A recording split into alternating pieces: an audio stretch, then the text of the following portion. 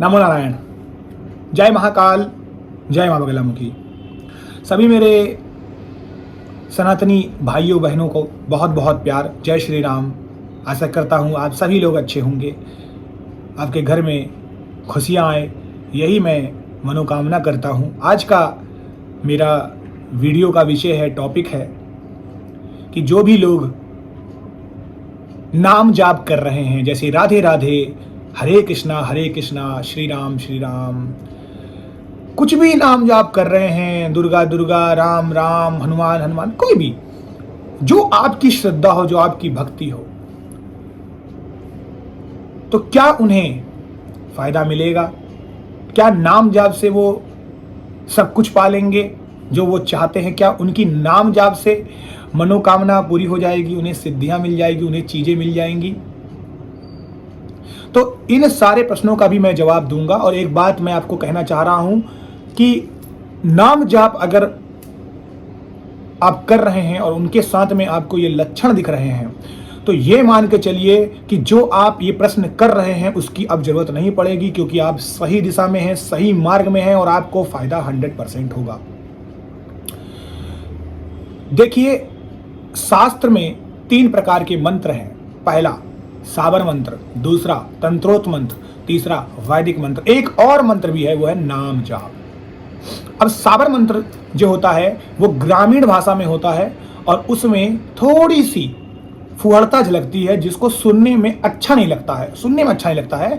लेकिन कोई अगर ये बोलता है कि सावर मंत्र को सिद्ध नहीं करना पड़ता, बिल्कुल गलत बात है। सावर मंत्र को भी आपको सिद्ध करना पड़ता है, बट फर्क यह है कि बहुत ज्यादा आपको इसका मंत्र जाप नहीं करना पड़ता है। जैसे कलयुग में 4 गुना, इनको एक बार भी आप जाप करते हैं तो काम चल जाता है। तो ये सावर मंत्र जल्दी सिद्ध होते हैं। दूसरा आता है तंत्रोक्त मंत्र।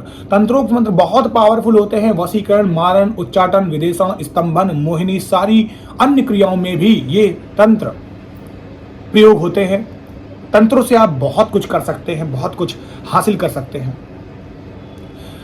तंत्र बहुत शक्तिशाली होता है। कलयुग में तंत्र की पावर बहुत ज्यादा है, क्योंकि कलयुग में ही तंत्र को निष्क्रिय करने के लिए भगवान भोलेनाथ ने सारे मंत्रों को निष्फल कर दिया था, उनको श्रापित कर दिया था, इसलिए उनका उत्कीलन होता है। तो तंत्र के मंत्र को भी जागरण करने के लिए पहले उनका उत्कीलन होता है, फिर मंत्र जाप करने के बाद उनका विधिवत पुरस्चरण होता है। तीसरा मंत्र आता है वैदिक मंत्र, वेदोक्त मंत्र। ये मंत्र धीरे धीरे काम करते हैं, कलयुग में थोड़े से सुप्त हैं, लेकिन जब काम करते हैं, जागृत हो जाते हैं, तो बहुत तेजी से असर करते हैं और आपकी सभी मनोकामनाओं को पूरा करने में सक्षम है। अब चूंकि ये मंत्र टाइम लगाते हैं, देर लगाते हैं, इसलिए लोग इनको जल्दी नहीं करना चाहते हैं, क्योंकि धैर्य नहीं है। सच यही है। तीसरा आपको बता दिया है। अब चौथी जो बात आती है वो है नाम जाप। नाम जाप में शास्त्र का कोई रूल नहीं है। उठते, जगते, बैठते, खाते, सोते, कैसे भी आप नाम जाप कर सकते हैं। किसी भी प्रकार का आपको इसमें अनुशासन नहीं रखना पड़ता है, जैसे चाहे बेड पे बैठ के भी आप कर सकते हैं। क्या नाम जाप इतना पावरफुल है? अगर मैं आपसे कहूं कि क्या सिद्धि दिलाने में नाम जाप इतना पावरफुल है, तो मैं जवाब दूंगा नहीं।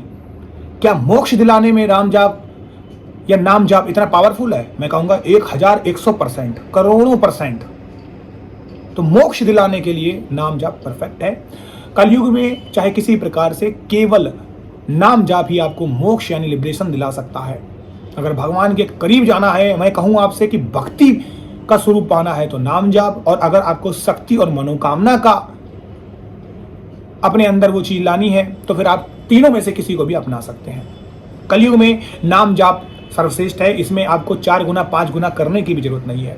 तो जो लोग भी नाम जाप ही केवल कर रहे हैं और उनका कोई गुरु नहीं है, इसमें गुरु की भी जरूरत नहीं पड़ती। लेकिन ये जो प्रोसेस है थोड़ा स्लो चलता है, लेकिन नाम जाप भी आपको बहुत कुछ दिला सकता है, क्योंकि एट द एंड में ना देने वाला भी ईश्वर है और देने वाला भी ईश्वर है। तो उसकी माया है, वही जाने वो आपको क्या दे सकता है, क्या नहीं ले सकता है, वो सब वही जानता है। मैं या कोई तीसरा इंसान, चौथा इंसान, कोई भी साधु संत ये नहीं बता सकता है कि ईश्वर क्या चाहता है एट द एंड में। तो जो आप चाहते हैं वो अपना कर्म करते रहिए, जो ईश्वर चाहेगा, अच्छा ही चाहेगा, वो आपको मिलेगा। तो नाम जाप अगर आप करते हैं और आपकी पूजा अर्चना साधना सही मार्ग पे जा रही है, तो आप देखेंगे कुछ गण आपके अंदर कुछ गुण आपको मिल जाते हैं, विकसित हो जाते हैं, जिनसे पता चल जाता है कि नाम जाप आपका सही दिशा में है। ऐसे लोगों को भगवान के दर्शन होते हैं। ऐसे लोग मंदिरों को देखते हैं, नदियों को देखते हैं, तालाब को देखते हैं, पशु पक्षियों को देखते हैं। उनको कई प्रकार के जानवर दिखाई देते हैं। जिन भी भगवान की वो पूजा अर्चना साधना करते हैं, उनके गण दिखाई पड़ते हैं या उनके अस्त्र शस्त्र दिखाई देने लगते हैं। उनकी पूजा के दीपक में फूल बनता है। उन्हीं के शरीर में किसी प्रकार का कंपन होने लगता है, रोंगटे खड़े हो जाते हैं, बाल खड़े हो जाते हैं। उनके तीसरे नेत्र के बीच में सिहरन होती है, दबाव होता है, खिंचाव होता है। आंख बंद करने में उन्हें कई प्रकार की आकृति दिख सकती है, सफेद आकृति, काली आकृति, स्पेक्ट्रम दिख सकता है। वो भोजन के प्रति सेंसिटिव हो जाते हैं, वो लाइट के प्रति सेंसिटिव हो जाते हैं। कुछ भी बोलते हैं वो होने लगता है, कुछ भी सोचते हैं वो होने लगता है। भूत का दिख जाता है, भविष्य का दिख जाता है। किसी के बारे में देख के बता सकते हैं, किसी के बारे में पोछा दे सकते हैं। कोई मंत्र को फूंक के किसी के ऊपर डाल दे तो वो इंसान उठ खड़ा हो सकता है।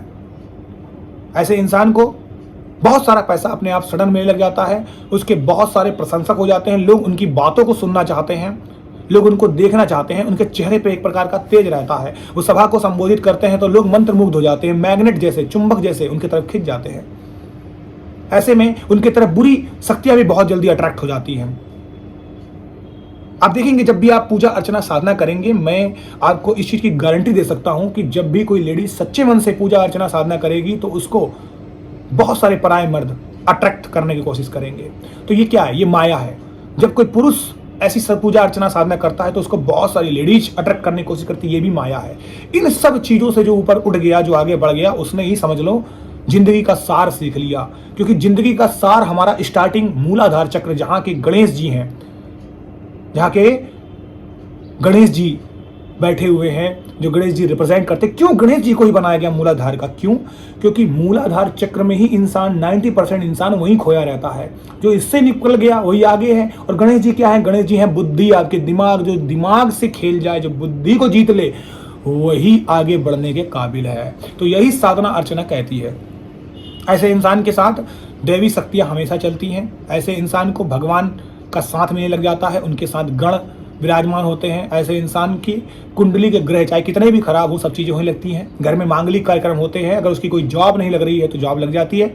घर में जो भी इंसान लंबे समय से बीमार होता है वो भी उठ खड़ा हुआ होता है। और अगर ऐसे इंसान के साथ कोई भी इंसान रहता है, उसकी जिंदगी अच्छी होने लग जाती है। ऐसा इंसान किसी के बारे में अगर एस्ट्रोलॉजर है, ज्योतिषी है, कुंडली को ऐसे बोल दे कि इस दिन में ये हो जाएगा, तो वो उसके मुंह के कारण हो जाता है, क्योंकि वाणी सिद्ध हो जाती है। तो नाम जाप में बहुत पावरफुल होता है नाम जाप। उसके अंदर बहुत सारी क्वालिटीज होती हैं, बहुत सारी चीजें होती हैं, वो मैं बता नहीं सकता हूं।